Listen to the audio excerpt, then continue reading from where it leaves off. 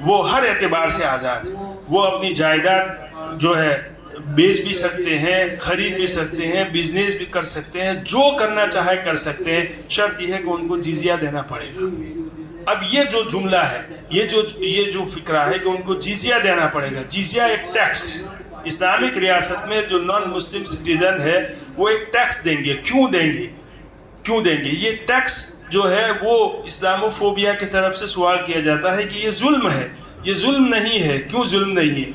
Number 1, naan مسلم جو citizen ہے ان کو اسلامک ریاست فوجی خدمات دینے سے ان کو استثناء دیا جائے گا. یعنی ان کو فوج میں خدمت ان سے نہیں لی جائے گی. ظاہر سی بات ہے, خطرہ ہے نا, سیکیورٹی کا مسئلہ ہے. نان مسلم کو اسلامک فوج میں کیسے ہم داخلہ دیں گے, کیسے اجازت دیں گے؟ تو ان سے فوجی خدمت نہیں لی جائے گی. نمبر 1. نمبر 2, مسلمان جو فوجی ہے وہ ان کی حفاظت کریں گے. ظاہر سی بات ہے, سرحدیں جو محفوظ ہوگی اسلامک فوجیوں کی وجہ سے. اسلام جو مجاہدین ہے وہ پورے ملک کی حفاظت کریں گے. گویا کہ نان مسلم کی جو پراپرٹی ہے, جو ان کی جان ہے, ان کی مال ہے, ان کی عزت کی حفاظت, ہر چیز پر اسلامک اسٹیٹ کو خرچہ جو آئے گا تو وہ تو دینا پڑے گا نا ان کو. تو ٹیکس جو ہے بہرحال یہ ان 2 وجہوں سے جو ہے ان پر جزیہ عائد کیا جائے گا. یہ جزیہ کوئی ٹیکس نہیں ہے, کوئی ظلم نہیں ہے. جزیہ کوئی ظلم نہیں ہے. اور اسلامک ریاست میں نان مسلم یہ دوسرے نمبر کا شہری نہیں, بلکہ اس کو وہی حق حاصل ہے جو ایک مسلمان کو ہے.